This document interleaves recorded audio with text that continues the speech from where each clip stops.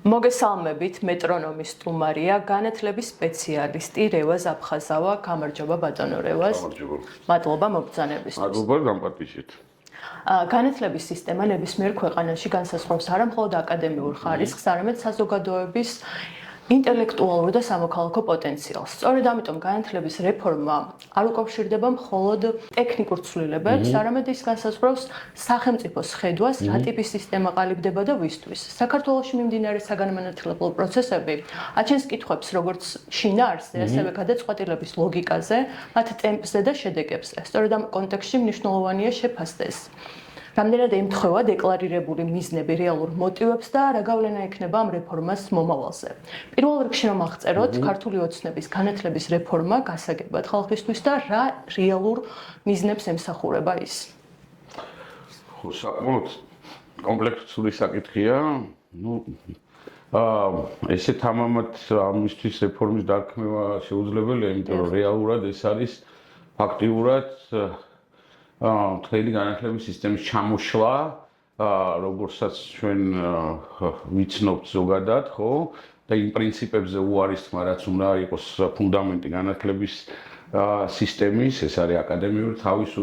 თავისუფლება, ხო? ეს არის თუნდაც აი მოქალაქეების აღზრდა, რომლებიც იქნებიან კრიტიკულად მოაზროვნეები, აქტიურები, ჩაერთვებიან პოლიტიკურ პროცესებში და ასე შემდეგ. და ცხადია ის ყველაფერი ერთდროულად რაღაცნაირად ძირითად ბაზის ქმნის საზოგადოების ქსოვილის, ხო? იმიტომ რომ აკადემიური სფერო არის ის სფერო, რომელიც რაღაცნაირად იღებს საზოგადოების ფორმირებაში აქტიურ მონაწილეობას და ის თუ როგორი არის საზოგადოება, აი ამაზე მნიშვნელოვან გავლენას ახდენს. და ჩვენთვის მნიშვნელოვანი იყო ყოველთვის, რომ ყოფილიყო ისეთი განათლების სისტემა, ისეთი აკადემიური სფერო, რომელიც იქნებოდა სწორედ აი ამ დემოკრატიის და იმ ღირებულებების მატარებელი და გამავრცელებელი, რომელიც მნიშვნელოვანია ჩვენი ქვეყნის განვითარებისთვის და ამაზე საზოგადოება დიდი ხანია შეთანხმებულია და ჩვენი საზოგადოებისთვის განათლება ძალიან მნიშვნელოვანია, ხო? აი სხვადასხვა ეტაპზე ჩვენი განვითარების, მაგალითად, მაშინაც კი, როცა კორუფცია იყო განათლების სისტემაში, ადამიანები აი უკანასკნელ ფულს იხდიდნენ, მაგალითად, თუ თავის შვილები. აი ეს იყო მახინჯი ფორმა, მაგალითად, ხო?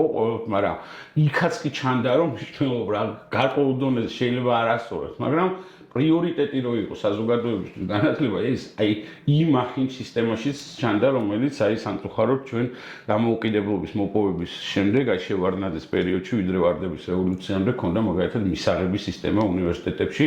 სადაც იყო ტოტალური კორუფცია, ეხა ახალგაზრდებმა შეიძლება არც იციან და შეიძლება ვერ წარმოიდგინონ, როგორი მდგომარეობა იყო, როდესაც აი ეს დამსახურებული მაგალითად პროფესორები, ცხადია ყველა არა, მაგრამ სამწუხაროდ საკმაოდ დიდი და ისეთი ნაწილი, რომელიც ამის ქმნიდა, ისინი მაგალითად იღებდნენ ქრთამს და სტუდენტი აძლევდა ფულს ლექტორს პირდაპირ ნიშნის დაწერაში, მაგალითად მისაღები გამოცდები იყო ტოტალური კორუფცია და იმ დროისთვის გაუგუნარად მაღალი ფასები იყო, მაღალი არის იყო, ქრთამი იყო ძალიან დიდი და მოკლედ რო ვთქვა. ეხლა რაც რა დაისახა, ხო, ქართულმა ოცნებამ მიზნად რომ ის პოზიტიური ცვლილებები, აკადემიური თავისუფლების, ინსტიტუციური დამოუკიდებლობის, ავტონომიის მიმართულებით, რაც განხორციელდა საქართველოში, ეს ყველაფერი მოკლას, იმიტომ რომ რეალურად ქართული ოცნების ეხანდელი მიზანია ყველაფრის ხარჯზე, ჩვენი შვილების მომავლის, საზოგადოების განვითარების, ქვეყნის განვითარების, აი ამ ყველაფრის ეს ყველაფერი გადააყოლოს საკუთარ ძალაუფლების შენარჩუნებას და ეხა ესეთი ტიპის გადაწყვეტილებებს იღებს, როგორიც არის რაღაცა გაუგონარი, მაგალითად, ერთი ფაკულტეტი, რომელზედაც მე თქვეს, რომ არა, ეს ფაკულტეტი არასწორად თქვითო და მიმართულებას ჩავწერთო, გინდა ერთი მიმართულება, ერთი ქალაქი.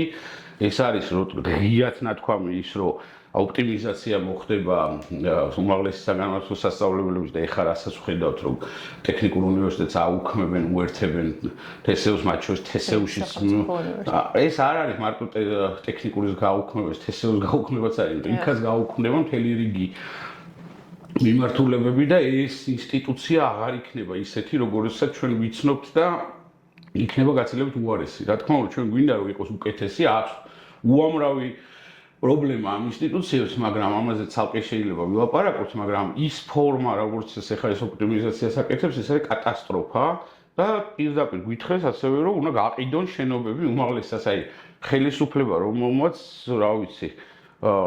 როგორი დაპირებებით მოვიდნენ და ხალხს რეესპირდებოდნენ, აი ძალიან მაინტერესებს ის ადამიანები, რომლებიც დღემდე ლოიალურები რჩებიან ქართული ოცნებს, აი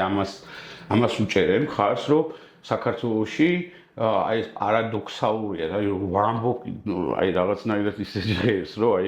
მე თვითონ არ მჯერა, რომ ჩვენ ქართულ საზოგადოებას გვეუბნებიან, რომ უმაღლესი დაწესებულებების ისტორიულ შენობებს გავყიდით, ნუ კაი პირველ კორპუსს არ შევეხებით და მეორეს და განართლებით თითქოს ისტორია არ ქონდეთ, ეხლა ესენი ნამყოფები არ არიან იქა და მაგიტო არ იციან, თორე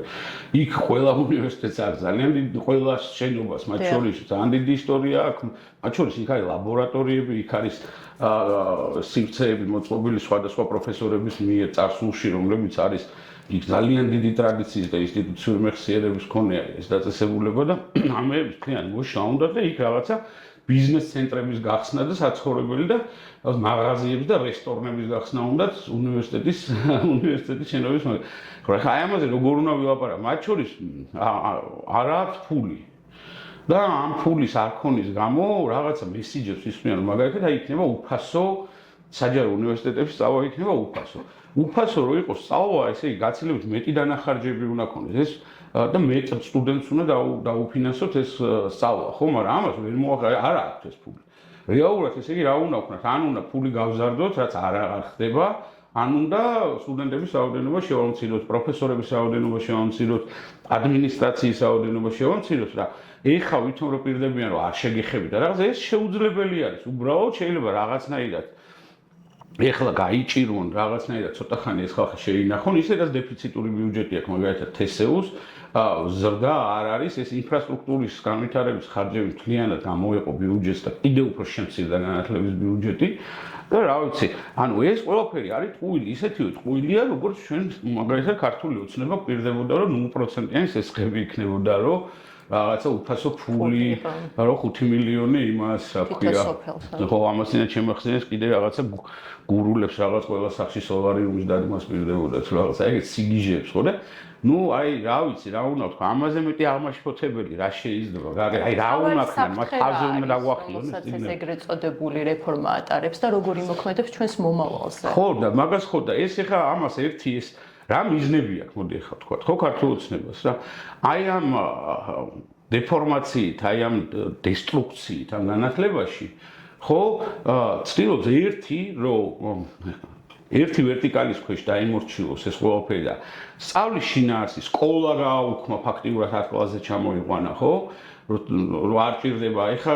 მithყვის რომ სავალდებულოდ პროფესიული მიმართულებებიც უნდა მონიშნონ რომ პროფესიულებში რომ ბოთლის მერავები ჭირდება ჩვენ და არა აკადემიური ცოდნის მქონე ადამიანები რომლებსაც გაცილებით მეტი პოტენციალი ცხადია ჩვენ ტექნიკური მიმართულება პროფესიული მიმართულებების ჭირდება მაგრამ ამის მექანიკურად გაკეთება არაფერს არ შეიძლება ეს უნდა ისე განავითარო შენ პროფესიული მიმართულება რომ მიმზიდველობა გაზარდო და ბაზარიც უნდა ვითარდებოს და ასე ხო ბაზარს დავამყარეთო ეს როგორ შეიძლება აკადემია ეს აბსურდია საერთოდ რომ აკადემიური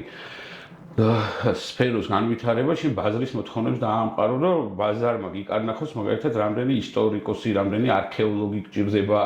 რამდენი პიანისტი გჭირდება რამდენი არქიტექტორი ასე შემდეგ ეს არის სიგიჟე სრული და ეხლა ამას იმიტომ სხვა საფუძველი არ აქვს ხო ეს უნდა თუ ერთი პირველი მიზანი ეს არის რომ თავარი მიზანი ეს არის პარტიულ ვერტიკალს დაუქვემდება რომ ეს უნივერსიტეტები და მთლიანად აკადემიური სფერო და ეს ახლა ჯერ არის შესავალი ეს და წინ კიდე სხვა უნივერსიტეტების გაუქმებაც ყველის სავარაუდოდ ამ გზით სახან მიდიან და თავისიანები პირველ რიგში არ დაინდეს იმიტომ რომ ჩვენ ხედავთ რომ გარკვეული ნაწილი მაგალითად ტექნიკური უნივერსიტეტის ან ჩუმად იყო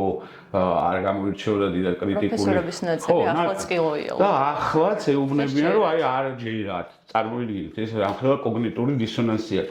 ადამიანების წარმოდგენაში ამ პროპაგანდისტულმა მედიამ ჩაუნერგა რომ ესენი კარგები არიან რასაც აკეთებენ ყველაფერი სწორია და ეს აქვს ჩაბეჭდილი ადამიანს გონებაში მაგრამ ხო უნივერსიტეტის პროფესორი რო ხარ ჩემი აზრით უფრო მეტი კრიტიკული აზროვნება მოგეთხოვება მაგრამ ნუ ეხა ისეთი ტოტალური პროპაგანდა არის რომ ეხა ადამიანი პოლიტიკაში შეიძლება თავის სფეროში ერკვეოდეს და პოლიტიკაში ეხა ესეთი გაწაფული არ იყოს, მაგრამ ყოველ შემთხვევაში ჟერათ რომ ეს ბიზინა არის სიკეთის განსახიერება, რომელიც ძალიან კაი რაღაცებს აკეთებს და ამავდროულად ხედავ რომ მათ უნივერსიტეტს 104 წლის ტრადიციის მქონე საუკუნეზე მეტი ტრადიციის მქონე უნივერსიტეტს უქმებენ და ეს ორი აბსოლუტურად ერთმანეთის გამომრიცხავი მოცემულობა დაეტაკა ამ ტვინებში ერთმანეთს და შფოთვა გაუძლიერა ამ ხალხს, იმიტომ რომ ეს კოგნიტური დისონანსი მთელ რიგ ემოციურ რაღაცნაირ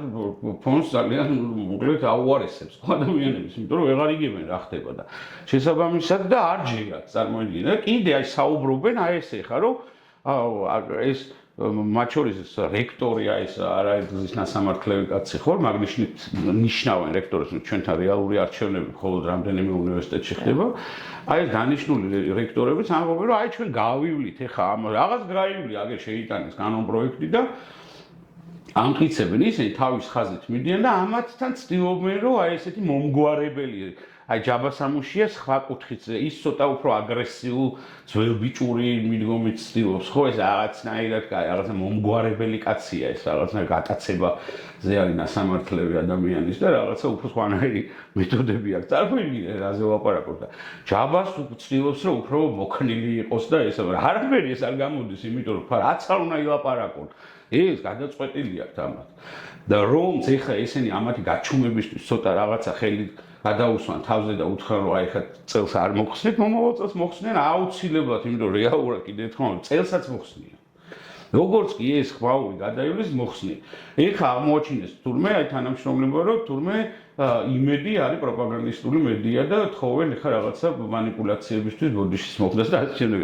ამ ხალხს თვალები გაახილა ნამდვილად ძალიან მნიშვნელოვანია შეიძლება თორე ძალიან გვიან არ იყოს მაგრამ რაც მეტი ადამიანი მიხვდება რომ ესენი არიან ანტისახელმწიფოებრივი თან მათ მომხრეებთანაც კი მივიდნენ ყველას კი იმიტომ რომ ეს ამხელა ტექტონიკური ძვრები როცა იწყება და ამხელა მასა აი ამხელა ღვარცოფი რომ მოდის ხო ის თავისიანებსაც აღარ არჩევს უკვე იქ მიყვება ყველა ვინ ჩუმათი იყო და იძახდა რომ არაფერი ნუ რა ხდება ეხლა არ მაქვს ამაზე კომენტარი სუფჭამ მაქვს და ჭამდა ჩემთვის ვარ და მე რა ჩემი საქმეა პოლიტიკა და ტელევიზორი სახში არ მაქვს და არ ვეცნობი ინფორმაცია აი რაღაცა სიგიჟეებს ვამბობ ხო აი ეს არის რომ ჩვენ უნდა გავიაზროთ რომ პოლიტიკა ყველაზე მოქმედებს ეს არ არის და ეს პოლიტიკა ჩემისა კი ის რომ გაგვიძული და ცხოვრება ეს პოლიტიკის საქმე რა ეხლა თვითონ რომ აიღეს ეს თემა რომ ეხლა გავაიაფებთ ან თავრობა უნდა გააიაფოს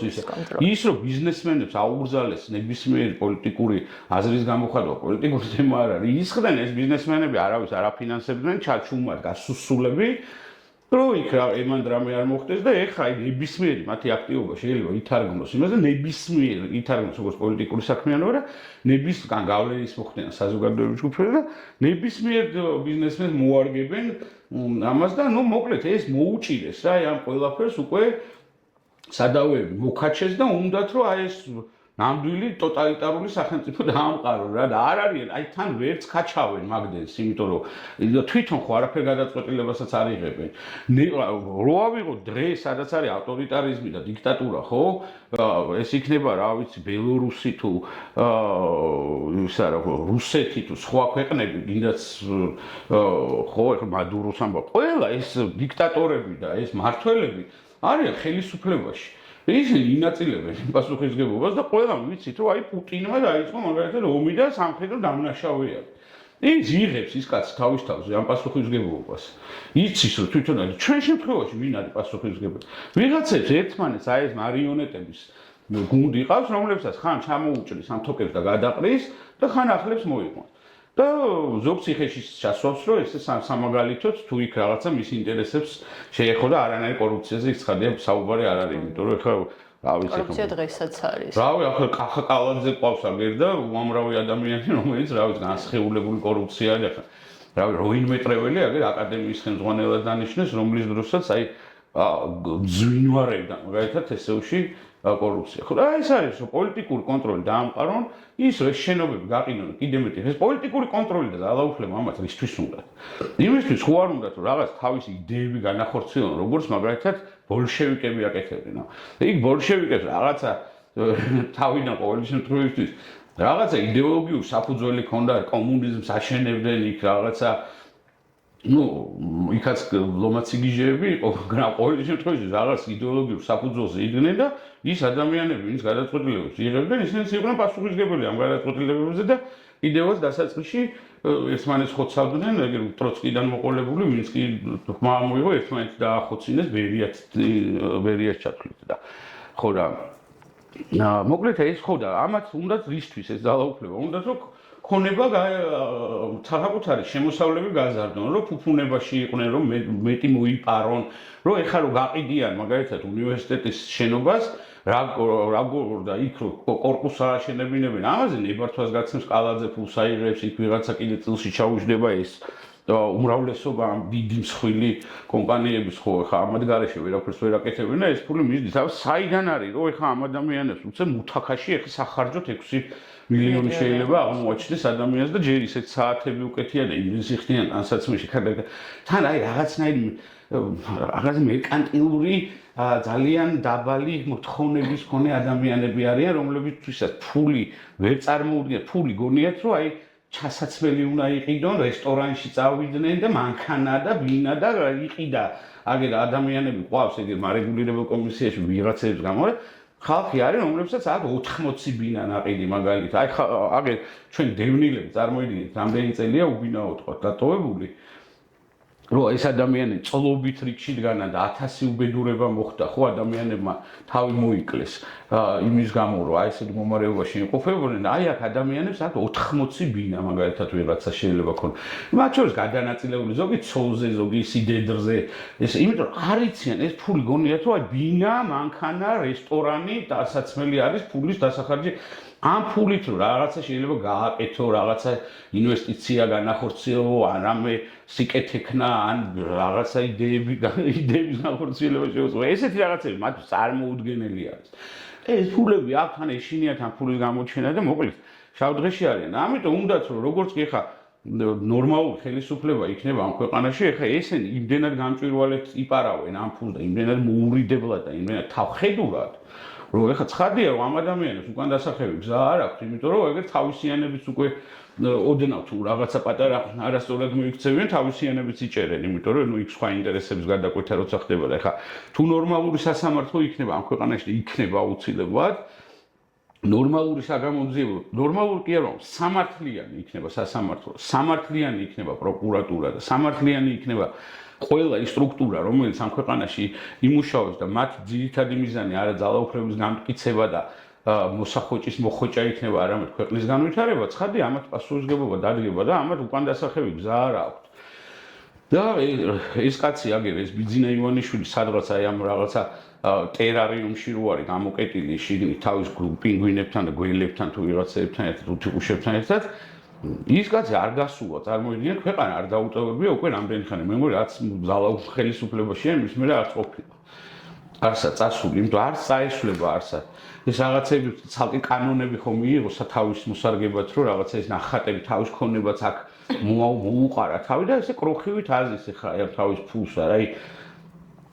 ეს ადამიანი ყველაფერს იზას, ყველას გაწირავს. მათ შორის ხო იძახა შვილი ვიტყავს, არებაშვილი გაზრდილია, ხო? და რა გონიათ, ეხლა ივანიშვილმა რომელმაც ყველაზე კორუმპირებულ გარემოში იშოვა ფული. მაგ ხო ფული არ იშოვა რაღაცა ის ხო Windows-ი ხო არ გამოუგონია ან ისა რა iPhone-ი ხო არ გამოუგონებია რა მაგ ადამიანს ან რაღაცა Amazon-ი ხო არ დაურეგისტრირებია კი არა ის ხო არ ეს სტარტაპი ხო არ დაუწყია. მან იშოვა კრიმინალურ ტოტალური კორუფციის მქონე სისტემაში ფული და ამ ფული შენ ხო და ეგ არ არის რაღაცა იდეების გიგანტი ეხა რომ ის იყოს ხო და ესეთივე სტილით შოულობენ სხვების ფულს ზოგი მე ზოგი ნაკლებს და ეხა იქ არის მე ეს კრიმინალური გარჩევები ვიღაცები ვიღაც კრიმინალური ავტორიტეტები აგერ სხვა გენერალური პროკურორი ყავდა და აი ეს სისტემა უნდა და აქ არ უნდა რომ ვინმე ხმა ამოიღოს ვა განათლებული ადამიანი იყოს რომელიც იტყვის რომ კაცო ეს არ მინდა კრიტიკულად შეაფასებს ამათ პროპაგანდაზე არ იქნება დამოკიდებული საზოგადოება რამდენად არის ინფორმირებული და ხედავენ თუ არა შესაძლო საფრთხეებს რომელსაც ეს რეფორმა თუნდაც ატარებს აი ჩემი ღრმა რწმენით თუ ადამიანს უნდა კი არა თუ განზრახ არ ეწინააღმდეგება რომ დაბლოკოს რაღაცა ინფორმაცია და განზრახ აი ამისგან არ დისტანცირდება და ამას დიდ ენერგიას არ ხარჯავს, წინააღმდეგ შემთხვევაში შეუძლებელია რომ ვერ მიხვდე ეხა ესენი დასაკეთები რა. ეს არის ნამდვილად შეუძლებელი, იმიტომ რომ ის ხო თვითონ ეხლა მე რასაც ვაპარაკო, ეს ხო თავის პირით აქვს ნათქვამი რომ უნივერსიტეტის შენობებს გავყიდითო, იმიტომ რომ კომერციულად უნგებიან ადგილზე არის. პროპაგანდა საკმაოდ კარგად ფუთავს. ხო, მაგრამ რაღაცნაირად უნდა შენიშნო ქართველ ადამიანს ეუბნებიან, რომ აი ამ 100 საუკუნეზე მეტი ხნის უნივერსიტეტების შენობებს, არა მარტო თესეუს, არამედ ტექნიკური თესეუ და სხვა უნივერსიტეტებიც, ამ შენ მათ შორის რეგიონებშიც ამერეს ყველაფერს გავყიდით. სადღაც რუსთავში რაღაცა იმას რა ქვია, შრომა გასწორებითი რეჟიმის კოლონიას, ცოტა თავისუფალი რეჟიმის კოლონიას გავაკეთეთ, შემოგიღობავთ იქა და იქ გამყოფეთ სტუდენტებს, პროფესორებს და ჯერ ესეთი რა ვიცი ხა ნებისმიერი მაგალითად ნორმალური ქვეყანა ამაყობს იმითი რომ მის ცენტრში, ქალაქის ცენტრებში, არა მარტო დედაქალაქის, სხვა ქალაქის ცენტრებში პირველი გაიშვენენ ხოლმე უნივერსიტეტის ხელს და გეტყვიან რომ აი ეს არის ჩვენი უნივერსიტეტი, ეს არის ამდენი ხნის ტრადიციის, აქ მაგალითად მოღვაწეობდნენ, ნამდვილად მოღვაწეობდნენ, მართლა განმანათლებლები და ისინი ხა ყველა თავის თავზე მოღვაწეობას რო იძახის, მოღვაწეობო და გეტყვიან რომ აი ეს კაცი იყო აქ ნობელანტი იყო აქ, როგორც ჩვენ ვამბობთ რომ აქ ჩვენ უამრავი მეცნიერი ყავდა, რომელიც განსაკუთრებით მაშინ ერთი საუკუნის წინ იყვნენ ძალიან გამორჩეული მეცნიერები იმ თავს ცივილიზებულ გარემოშიც რა და სამყაროში და ეს ამ ტრადიციების მოშლა უნდა. ამა მეტი რა უნდა გითხრა. მაღაზიაში რო შედიან და რო გამოდიან იქიდან ჯიბეებში ჩაყოფილები და რაც კი რამე აქვს ყველაფერი უნდა დახარჯონ, პური კვერცხი და ღმერთმა არ ქნას კიდე არაჟანი იყიდონ. ხორცზე ხო საერთოდ ლაპარაკი არ არის, ადამიანები საერთოდ არ იციან. მარტო რაღაცა წელიწადში რამდენიმეჯერ დღესასწაულებზე ჭამ. იმ რეგიონებში, სადაც და არა მარტო რეგიონებში, დედაქალაქში, სადაც ბავშვებს საკუთარ შვილებს და შვილიშვილებს სკოლაში გული მისდით, გონებას კარგავენ ბავშვები შიმშილისგან. ეს ამას ვერ ხედავ, თუ ეს ვისი ბრალია, ეს ვინმე სხვისი ბრალია, თუ იმ ხელისუფლების ბრალია, რომელიც 13 წელი არის წარმოიდგინეთ არის ხელისუფლებაში. ბავშვები, რომლებიც ამ ხელისუფლების დროს შევიდნენ პირველ კლასში, ისე გახდნენ პირველი კურსის სტუდენტები, რომ კიდე ბიძინა ივანიშვილს და კიდე ამ ხალხს უყურებენ, წარმოიდგინეთ რა. და კიდე და ამათ აშინებენ ვიღაცეებით, რომ აი ნაციონალური მოძრაობისგან ფაქტიურად ეხა რა ვიცი ხა ის შექმნეს რაღაც ბუა შექმნეს. რა თქმა უნდა, უამრავი მაგ პარტიასაც ძალიან გაუხანგრძლივდა ხელისუფლება. ჩვენს ქვეყანაში ამდენი ხანი ხელისუფლებაში ერთი ძალა არ უნდა იყოს. ჩვენ მაგალითად თავისუფლების მოედან მაგას ვამბობთ, რომ არ შეიძლება ჩვენაი ტიპის დემოკრატიებში, ახალგაზრდა დემოკრატიებში ასეთი ტემპერამენტის, ასეთი კულტურული და სოციალური თავისებურებების მქონე ქვეყანაში ერთ რომელიმე ადამიანს ან მცირე ჯგუფს რომ ტოტალური ძალაუფლება ჩაუვარდეს,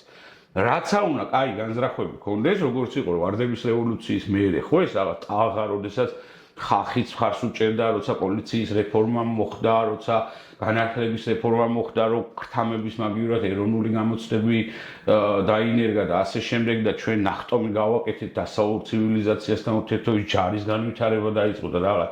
ამ ძალამაც კი, ეს ძალაც კი გაირყნა დიდხანს ხელისუფლებაში ყოფნის გამო და მე 1000 სიგიჟეები აკეთეს იმათმაც, ხო ნახეთ ეს. ამაზეა ლაპარაკი, რომ აქ არ უნდა ჯერ ესეთი ერთი ძალა არ უნდა იყოს და არ უნდა იყოს დიდი ხანი, აი ეს და ასევე ინსტიტუციურადაც უნდა განაწილებული იყოს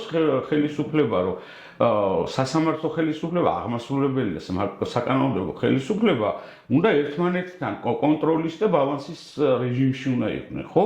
ეს ხო მაგისთვის არის მოგონილი, ეხა რა ვიცი, ეს არის ამ ეტაპისთვის ყველაზე ეფექტიანი სისტემა დემოკრატიული ქვეყნებისთვის, რომ მართონ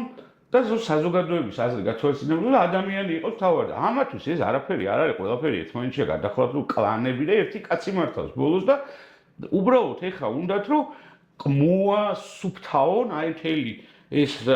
წინააღმდეგობის ის რა ქვია პარტიის ლიდერები წინააღმდეგობის მთელი სიფრთხე და სივრცე რო აღარ არსებობდეს, აი ეს უნდა მოასუფთავონ პოლიტიკური პარტიებისთვის უმრავლესობის ლიდერები დაჭერილია და ნაწილს კიდე ემუქრება 12-15 წლამდე პატიმრობები. სამოქალაქო სექტორი NGO-ს რაღაც დემონიზება რო გააკეთეს. ანუ მაგალითად ეხლა სიტყვაზე ხო და საერთაშორისო დონორები ყველაფერი გადაკეტეს, ანუ თლიანად ყველაფერი და თვი ბიზნესმა უნდა მიიღოს მას თუ გადაწყვეტილება ამ ქვეყანაში რა გადაწყვეტილებებსაც იღებს ხედავ. აი სამოქალაქო სექტორის მაგალითად იგივე აკადემიური სექტორის სამოქალაქო სექტორის ხო რაღაცა დემონიზება რომ ჩვენ თურმე მეც სამოქალაქო სექტორიდან მოვდივარ რომ განათლების მიმართულებით ქონდა არასამთავრობო ორგანიზაცია და მუშაობდით. მასწავლებელთა პროფესიულ განვითარებაზე, მასწავლებლების პრესტიჟის განვითარებაზე, დეცენტრალიზაციების, სკოლის ავტონომიაზე და უამრავ რაღაცებს კვლევებს ვაკეთებდით, რეკომენდაციებს წერდით და ამაში გვეხმარებოდნენ ხო ჩვენი ევროპელი და ამერიკელი მეგობრები. რა იყო ამაში ვინმე შეიძლება ინკლუზიური განათლების განვითარება რომ ჩვენმა შვილებმა რომლებსაც სპეციალური საგანმანათლებლო საჭიროებები აქვთ უკეთესი სერვისები მიიღონ მაგალითად მულტილინგური ეხა მაგალითად შეტანილი რაც აქვს კანონში ცვლილებები ეხა არის დაინიცირებული და განმარტებით პირველი მოსმენა განმარტებითი ბარათში უწერიათ რომ გააუქმონ მაგალითად 300 კრედიტიანი მასწავლებლის მომზადების პროგრამა აი და აუქმებენ რა, იმიტომ რომ არ არის მოთხოვნადი ძალიან დიდიაო, ანუ ეს არის ინტეგრირებული ბაკალავრო, სამაგისტრო, 300 კრედიტია და მაგისტრთან გათანაბრებული სტატუსი იღებ და ეს ემსახურება მასწავლებლების მომზადებას. ჩვენ ქვეყანაში ძალიან სერიოზული პრობლემა გვაქვს მასწავლებლების როტაციის და ახალი სისხლის შედინების სისტემაში და სამწუხაროდ საშუალო ასაკი იმატებს მასწავლებლების სისტემაში, რაც ძალიან რთულია გამოწვეულია ერთის მხრივ იმითი რომ ამ ადამიანებს რომ გაუშვან სამსახურ პენსიაზეც რომ გავიდნენ პენსიასაც იღებენ და ხელფასსაც და უბრალოდ რომ წავიდნენ სახში და თავის შვილიშვილებთან იყვნენ აი ამ მხოლოდ პენსიით ეს ადამიანები ვერ ძლებენ და იძულებულები არიან რომ აი წარმოიდგინეთ ასაკოვანი ადამიანები რომელსაც რაღაცა აფსეობის პრობლემები აქვს იძულებულები არიან სკოლაში იყვნენ თუ აბა კარგი პენსია გადაუხადოთ აიცლება სკოლა მასწავლებლებისგან ხო ხო და ის რომ მასწავლებლები უნდა აი ამ ახლა მეორე პაკეტი შეიტანეს ცვლილებები, სადაც ორი ძირითადი საკითხი ერთია მასწავლებლების მომზადების პროგრამა და ის შალვატაბატაძე წერდა დღეს კითხულობდი რომ კარგი მაგალითი მოიყვანა რომ მაგალითად აქ არის ასევე ბილინგური მოკლედ მასწავლებლების მომზადება, რომლებმაც უნდა ან სომხურად და ქართულად, ან აზერბაიჯანულად ქართულად ხო რომ ანუ ორ ენაზე უნდა შეძლონ სწავლება. წარმოიდგინეთ ამ ადამიანებს, რომლებსაც თან 10 კლასიანი გვექნება 10 წლიანი ზოგადი განათლება, მე-11 კლასში გაუკვეველი რეპეტიტორიუმი სრული სიგიჟე მოიგონეს, რაც საერთოდ განათლებასთან კავშირში არ არის და რაღაც მოსამზადებელ კურსებს აკეთებენ, რომლებსაც არც ყავთ ის ხალხი, ვინც მოამზადებს რეპეტიტორები დაუსხდებიან, ეხლა კაი მაღალი ხარისხის რეპეტიტორები დასხდებიან ეხლა და ბავშვებს მოამზადებენ იმ კაპიკებად, რასაც ის უხდის, ხო, ეხლა ჩვენ ვიცით, რომ რა ფასები ატარებს ამ რეპეტიტორებას და მე-12 კლასს საერთოდ აუქმებენ და 10 წლიანი განათლებით უნდა მოვიდეს ადამიანი ერთი რომ სომხური უნდა იცოდეს სიტყვაზე ან აზერბაიჯანული ძალიან კარგად, მეორე ქართული უნდა იცოდეს ძალიან კარგად. ამ გარდა ამისა კიდე რაღაც საგანი უნდა იცოდეს კარგად. მაგალითად, ან სამოქალაქო განათლება, ან რაღაც ქიმია, რაღაც, ხო? საბუნების წარმოიდგინეთ, გარდა ამისა ეს საგნები ხო უნდა იცოდეს, გარდა ამისა ამ საგნების სწავლების მეთოდიკა უნდა იცოდეს და ზოგადი პედაგოგიკაც უნდა იცოდეს, დიდაქტიკა, ხო? ეს ეხა როგორ უნდა ასწავლო ადამიანს, რომელიც მოვიდა და აი რა ვიცი, ელემენტარულად წაკითხული და ნაზრის გამოტანა უჭირს პროცენტის ანგარიში. ამიტომ უნივერსიტეტზე გადადიოდა ძალიან დიდი ტვირთი და იქ ხდებოდა რაღაცეების კომპენსირება, ანაზღაურება და ამ ადამიანების მომზადება. ეხლა ამბობენ რომ ეს აღარ უნდა იყოს. აი მეორე ცვლილება არის უკვე აი ამ ტექნიკურის გაერთიანებასთან დაკავშირებით, სადაც წერია რომ ხელისუფლება შეუძლება მართვითი ორგანოების შექმნას რეორგანიზაციის მოტივით და თვითონ დანიშნოს რექტორის მოვალეობის შემსრულებელი მმართველის საბჭო და ასე შემდეგ. ამას აკეთებენ იმისთვის, რომ სამართლებრივი საფუძველი იმას ფაშისტურ ნაცისტებსაც და გვახსოვს ხო ამ ნიურნბერგის საქმის პროცესზე უამრავი ეს ადამიანები, რომლებიც ამ გენოციდში და უბედურებებში იყვნენ კაცობრიობის წინააღმდეგ ჩადნენ დანაშაულში, ბრალდებულები და შემდეგ ჯავრდებულები, ეს ადამიანებს იძახდნენ, რომ ჩვენ კანონს ვასრულებდით. კანონი შეიძლება ჩვენ ფურცელზე დავწეროთ ისეთი კატასტროფა და ვთქვათ, რომ ეს კანონია, ხო? რომ ეხლა კანონს აქვს ძალიან მნიშვნელოვანი პირობა, რომ კანონი უნდა რაღაცის ან განვითარებას, ან საზოგადოების კეთილდღეობას, ან რაღაცა ასეთს უნდა სამართლიანობას და ასეთ ღირებულებებს და პრინციპებს უნდა ეყრდნობოდეს. და ის რომ ეხლა მაგალითად განათლების და მეცნიერების სამინისტროს და მთავრობას შეიძლება რომ ესე იგი უხეშად ჩაერიოს იმდენად რომ მართველიც დაუნიშნოს და მართველი საბჭოც და რექტორიც უნივერსიტეტებს და იქ რაც უნდა ის გააკეთოს ეს კონსტიტუციასაც წინააღმდეგია. კონსტიტუციასაც შეცვლიდნენ ესენი ახლა უბრალოდ ვერ შვებიან აი ამ უმრავლესობის გამო, მაგრამ იმ კონსტიტუციაში გვიწერია რომ აკადემიური თავისუფლება მნიშვნელოვანია ჩვენთვის, იმიტომ რომ სხვანაირად ცივილიზებულ სამყაროში ვერანაირად ვერ განავითარებ შენ განათლების სისტემას. შენ თუ არ გაქვს აკადემიური თავისუფლება, შენ თუ პროფესორს არ ენდობი, რომ ის, მაგრამ ამ დობასაც ჰაერზე კი მოტანილი კი არა, პროფესორის შეფასების უამრავი კრიტერიუმები საერთაშორისო, მათ შორის რომ ეს ადამიანი თვით განვითარებაზე როგორ ზრუნავს, რამდენ სტატიას აქვეყნებს, რამე კვლევებს, შესაბამისად კვლევებს წერს თუ არა, სხვა პროფესორები ითვალისწინებენ თუ არა, ციტირება აქვს თუ არა, ანუ სხვა პროფესორები ითვალისწინებენ თუ არა ამის ნამუშევარს და ასე შემდეგ და ამას ვარ ვენდობთ ჩვენ და სახელმწიფო უნდა ბოლშევიკურად გადაგვიწყვიტოს ვირა უნდა ის კურიკულუმის დონეზე კურიკულუმებს გადაუწყვეტ იმას ვიზავთ ანუ გაყვეთ იმაზე რა ლექციაზე რა უნდა ვასწავლო შევდივარ ის უნდა ჩამიწეროს თურმე მიქანაძემ და ყობახიძემ განათლების მიმართულებაში მაგალითად ან რა ვიცი ორგანოქიმიაში ხო და რა დონეზე არიან უკვე დასულები სახელმძღვანელოები სკოლაში უნდა დაიწეროს ერთი სახელმძღვანელო თურმე და ისიც უნდა დაწეროს განათლების და მეცნიერების სამინისტრომ რომ პარტიაზე სიმღერები ჩაწერონ როგორც ეს ბოლშევიკების სახელმძღვანელოებში იყო რომ დიდება პარტია და დიდება სტალინის მე იქ ვიღაცის დემონიზებას მოახდენენ და ამოგაშლევინებენ რომ უიმე ღარიბაშვილზე ქონდა ჩაწერილი რომ კაი კაცია და ეხლა ყველამ უნდა ამოშალოთ ეს ან ამოხიოთ ეს ფურცელი და იგი რაღაცეებს აი ეგ იყო რა ეს რაც იყო რა იმის დაბრუნება ამის რეინკარნაცია ხდება განათლებაში ბოლშევიკური სამოქალაქო საზოგადოებამ რა უნდა დაუპირისპიროს თქვენ აპირებთ თუ არა რაღაც ნაბიჯები გათამბლებით ჩვენ რაც შეგვიძლია დაუპირისპიროთ ეს არის რომ კიდევ დამატები ჩვენ ვართ პოლიტიკური პარტია ხო და ნუ ამ პოლიტიკურ პარტიაში ყავს ვართ ადამიანები რომლებიც მაგალითად განათლებაში ძალიან ბევრი რამე გვაქვს გაკეთებული მათ შორის ნაკვლევი გვაქვს არა მარტო თეორიული საკითხები არამედ პრაქტიკულად ცვლილებები გვაქვს განხორციელებული და ასე შემდეგ ხო და ჩვენ ამაზე დაფუძნებით ჩვენ მაქსიმალურად უნდა ვეცადოთ რომ საზოგადოებაში ეს ინფორმაცია გავავრცელოთ რომ ადამიანებამდე მივიტანოთ რამხელა უბედურების წინაშე გვაყენებენ და როგორი დამღუპველია და ეს არის აი ქვეყნის ჩვენი სახელმწიფოებრიობის მოშლის რაღაცა პროექტი სადაც არის ქვეპროექტები რომ ჯარი მაგალითად უნდა დავასუსტოთ რომ მოკავშირეები არ ყავდეს რომ განათლება არ ქონდეს რომ თავისუფალი მედია არ ქონდეს და მარტო პროპაგანდისტული ქონდეს რომ არ ქონდეს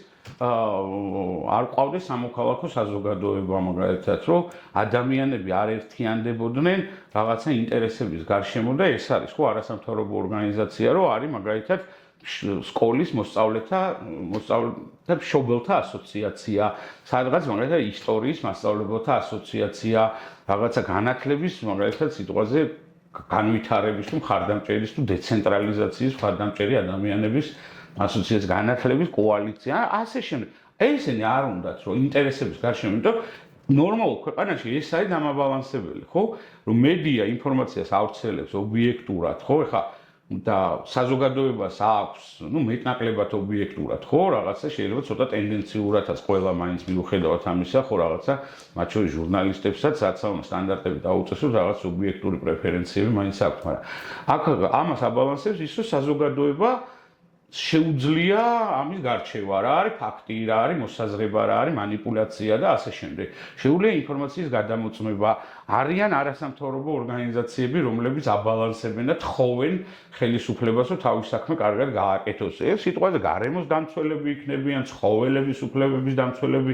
ქალების უფლებათა დამცველები, განათლების უფლების დამცველები თუ სხვადასხვა პროფესიული კავშირები არის ქვეყანაში, რომლებიც არ არიან შეკრულები ხელისუფლებასთან. აი ეგეთი ორგანიზაციები უნდა არსებობდეს. ეხლა თქვენ ამ ხელა უბედურება ხდება მაგალითად განათლების სისტემაში და თქვენ გინახავთ რომ განათლების პროკავშირმა რამე განცხადება გააკეთა? აი ეს არ არის ეხლა ეს ხო არის ანომალია. ეს ხო ნორმალური არ არის არა? ეს არის რა სიგიჟე. ეგეთი უნდა ქვეყანა რომ უნდა იყვნენ ისინი მათი დაქირავებული მომსახურე პერსონალი და აბსოლუტურად გაჩუმებული საზოგადოება, იმიტომ რომ მათ არ ექნება განათლება, არ ეყოლება თავისუფალი მედია, რომელიც მიცემს ინფორმაციას, არ ეყოლება სამოქალაქო საზოგადოება, რომელიც მათ უფლებებს დაიცავს და არ იქნებიან პოლიტიკური პარტიები, რომლებიც ალტერნატივა გახდებიან აი ამ რაღაცა რეჟიმის, რომელიც ამათმა დაამყარეს. აი ესეთი მდგომარეობის მოწოდება. მე და პარალელურადაც ხედავთ, რომ ყველაფერს გააკეთებ. აი პირდაპირ მოვლენ და დაგხურავენ. ვერაფერს ვერ გაიგებს. აი რო ავიღოთ ეხლა რომ ჩავთვალოთ, რომ მაგალითად კრიტიკული მედია რაც უნდათ რომ გაეკეთებინათ, ის ბოლომდე მიიყვანეს და ეს გაგრძელდება და სავარაუდოდ რაღაც მედიის ყველანაირი დაფინანსების წყარო შეუზღუდეს და ყველანაირად ებრძვიან და აგერ თავარი მაგალითად დაიხურა, ძალიან დიდი ფინანსური პრობლემები აქვს სხვა კრიტიკულ მედიებსაც და დაუშვათ დაიხურა. აი ვეკითხები მე იმ რა ქვია პროფესორებს, რომლებიც ეჩხუბებოდნენ მაგალითად TV1-ის თუ რომელიღაც კრიტიკული მედიის წარმომადგენლებს, რომ აქ რა გინდა და რატომ მოდიხარ და რატო აშუქებ. იმედზე უყურეს როგორ აშუქებენ, იმედზე ისინი არ არსებობენ. აი როდესაც ამ ხელა ამბავი ხდებოდა პარალელურად იმედზე აჩვენებდნენ რომ განათლების მინისტრი აანონსებდა ზოგადი განათლების კი არა და ხსნიდა რა არის ზოგადი განათლების რეფორმა, რომ იქ რა სკოლის ფორმები უნდა შემოიღო, ეგონია განათლების რეფორმა, რომ ფორმები უნდა შემოიღო წარმოიდგინე სკოლის და რამდენი წლის ბავშვი წავა სკოლაში და ისა ტელეფონებს გამოიყენებენ თუ არა, ამაზე უნდა მსჯელობდეს თუ რა განათლება.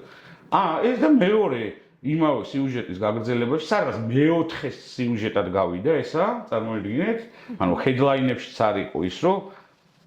რაღაცნაირად, ანუ თავარი ამბავი არ იყო. აი მანამდე მაგალითად რო შევხედეთ, რო უყურებთ, ეს იყო შაბათის მაგალითად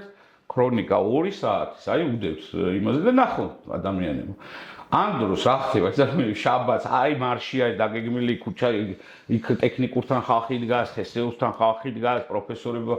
აქ არის მარტო მიქანაძის ისა პროპაგანდა რომ აი ესეთი იქნება ზოგადი განათლების რეფორმა ბოდვა რომ ერთ სახელმწიფო იქნება ფორმები და რაღაცები ესა და მეო გაგრძელება ამ სიუჟეტის იყო ისა რომ გაბისონი ამბობს რომ ეხა შეგვაქვს გაგაზაფხულო სესიაზე აგერ ორშაბათიდან დაიწყება და შევიტანთ კანონ პროექტს რომელშიც იქნება უფრო დეტალურად აღწერილი როგორ ვაერთიანებთ როგორ ვაუქმებთ ტექნიკურ უნივერსიტეტს და მის ნაწილს უერთებთ თესეულს ანუ აი არაფერი არ იყო რა თქმა. მანამდე მაგალითად წინა სიუჟეტი, მაგის წინ სიუჟეტი იყო რომ ეს გეკა გელაძე, ხო ეგ არ არის შინაგან საქმეთა მინისტრი, გეკა გელაძე იყო ზუგდიდში ჩასული და თავის იქ რეგიონალური თანამშრომლებს ვიღაც იქაურ პოლიციელებს შეხვდა და მადლობა გადაუხადა საქმიანობად. ანუ ის უფრო წინ დააყენეს, წარმოიდგინე, გეკა გელაძე რო ზუგდიდში ჩავიდა სასეირნოდ ელარჯის გასაწევად ეგეთმა თუნდაც უფრო მნიშვნელობა მაგის მერე იყო განათლების თემა, მაგრამ იქაც არაფერია თქოს. აი ეგეთი ქვეყანა უნდათ, რომ ამათ მერე რომ აი ესე ჩაჩეხავენ განათლების სისტემას, ესე გადააგდებენ ამ ისტორიის სანაგვეზე ამ ადამიანებს და ამ ინსტიტუციებს, რომ ამაზე ხალხმა ვერც კი გაიგოს ვერაფერი. რომ უყურონ იმ რაღაცა თურქულ თუ ბრაზილიურ სერიალებს, რაღაცა ვიღაცა კოსტუმებში გადაცმულ ვიღაც ადამიანებს, რომლებიც ბღერიან და თუ გამოიცანენ ვინ არის და მე ვერავინ ვერ გამოიცანა, რომ ახდიან და შიგნით რომ ვიღაცა დაგხვდება, უნდა გაგიჟდი ამაზე. თუ რაღაც, აი, პარალელურ რეალობაში აცხოვრებენ რა. ეს ხო ქრესტომათიური, ოღონდ ეს ამათი მოგონილი კი არა. ეს არის ეს მეთოდოლოგია არის გაწერილი და ამ გაწერილი მეთოდოლოგიით მუშაობენ. სად არის ეს მეთოდოლოგია? ხო, რაღაცეებს კიდე ვიღაცეებს ესენი ინოვატორებიც არიან, რომ აი მაგალითად ეხლა ამ კანონს რასაც იღებენ ამ ვითომ რო გრანტების ცემის აქვია და ეს არის ტოტალური რეჟიმის გაფორმება, ტოტალიტარული რეჟიმის გაფორმების კანონია, ის სადაც წერია ყველაფერი გრანტია, ყველაფერი პოლიტიკური საქმიანობა, და თუ გრანტი, თუ ყველაფერი გრანტია და ყველაფერი პოლიტიკური საქმიანობა, ნებისმიერი ადამიანი შეიძლება 6 წლით გაუშვან. სახელმწიფოს უნდა შეათანხმოს. ხო, ყველაფერი უნდა სახელმწიფოს შეუთანხმო. ოღონდ თან როგორი არის იცით რომ აი ხა მაგალითად ჩვენ თუ რაღაცა თქვი პოლიტიკური მაგრამ შეიძლება ნახონ რომ 6 თვის წინ ამ ფული ხوارა გაქვს მაგალითად რაღაცა სტატია დაწერე და სიტყვაზე ევროკავშირი რა რომელიმე ქვეყნის რაღაც გაზეთისთვის ან რაღაც კვლევაში გაქვს ფული აღებული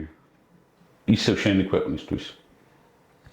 იმას შეგიძლია რომ ის ფული რომ მოგწეს მე აი მაგიტო გააკრიტიკეთ რომ კი არ მინდო და გააკრიტიკე ამათი გაკრიტიკება როგორ უნდა მოგინდეს ამდენ კაი საქმეს აკეთებ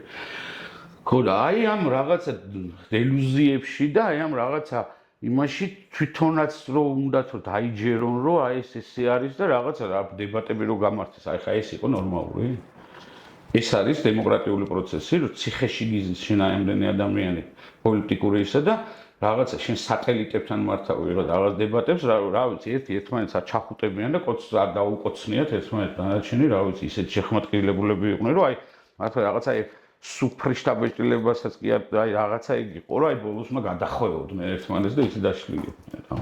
უღრმესად მადლობა ბატონო რევას და იმედია ამ საფრთხეების თავიდან არიდებას შევძლებთ ხო უნდა შევძლოთ თუ საზოგადოება იქნება მოწოდების სიმაღლეზე ყველაფერი კარგად იქნება